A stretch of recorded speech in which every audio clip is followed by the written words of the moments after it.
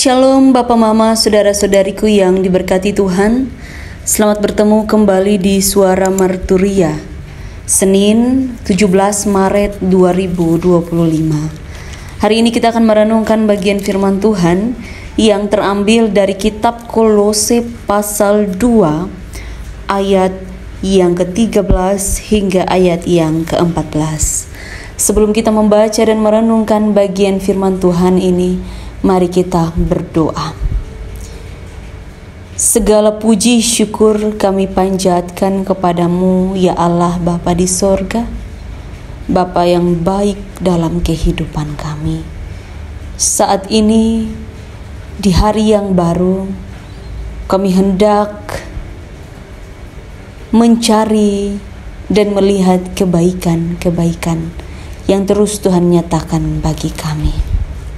Tetapi kami sadar bahwa Tuhan memang terus menyatakan kasih setia itu selalu dalam hidup kami.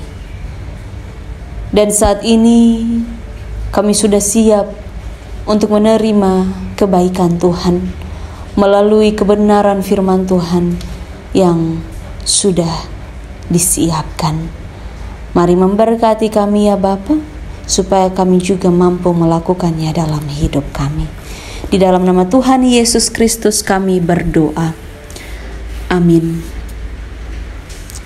Kitab Kolose pasal 2 ayat 13 hingga ayat yang ke-14. Di bawah perikop kepenuhan hidup dalam Kristus. Kamu juga meskipun dahulu mati oleh pelanggaranmu dan oleh karena tidak disunat secara lahiriah, telah dihidupkan Allah bersama-sama dengan Dia, sesudah Ia mengampuni segala pelanggaran kita, dengan menghapuskan surat hutang yang oleh ketentuan-ketentuan hukum mendakwa dan mengancam kita, dan itu ditiadakannya dengan memakukannya pada kayu salib. Demikian jauh pembacaan firman Tuhan. Yang dikatakan berbahagia adalah setiap kita yang tidak hanya membaca firman Tuhan, tetapi juga yang mau melakukan di dalam hidup setiap hari. Bapak, Mama, saudara-saudariku yang diberkati Tuhan, Salam.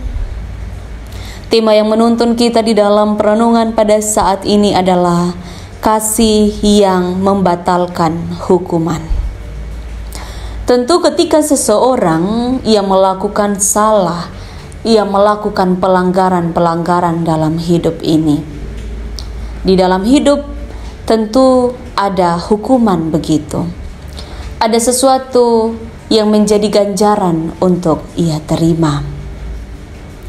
Misalnya kalau ada seseorang yang membunuh, ada yang berzinah, ada yang mencuri,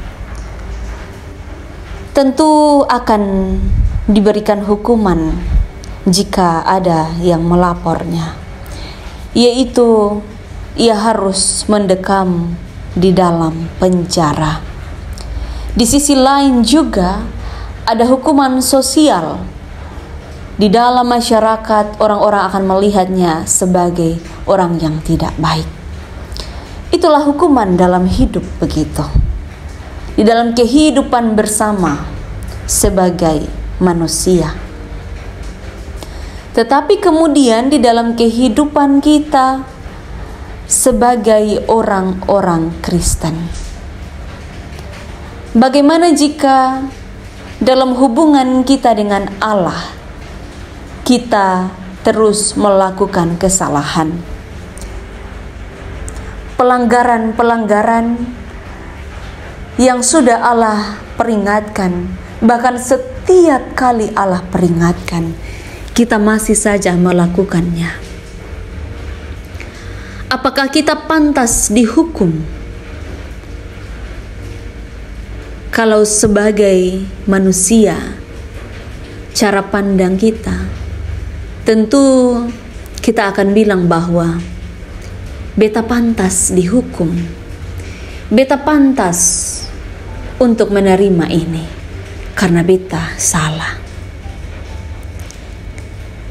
Tetapi kemudian kita harus melihat kita belajar bahwa di dalam hidup dengan Tuhan ada penebusan.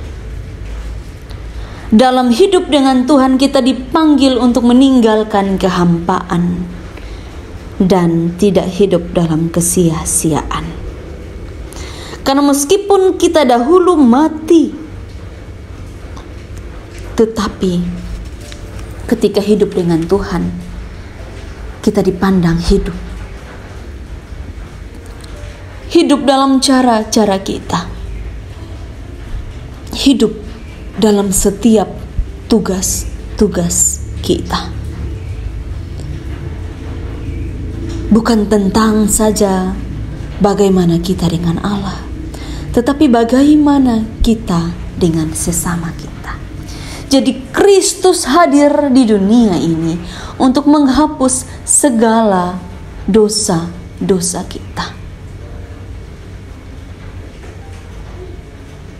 Ia hadir sebagai penebus, begitu. Ia hadir dengan kasih-Nya dan melampaui segala dosa-dosa kita.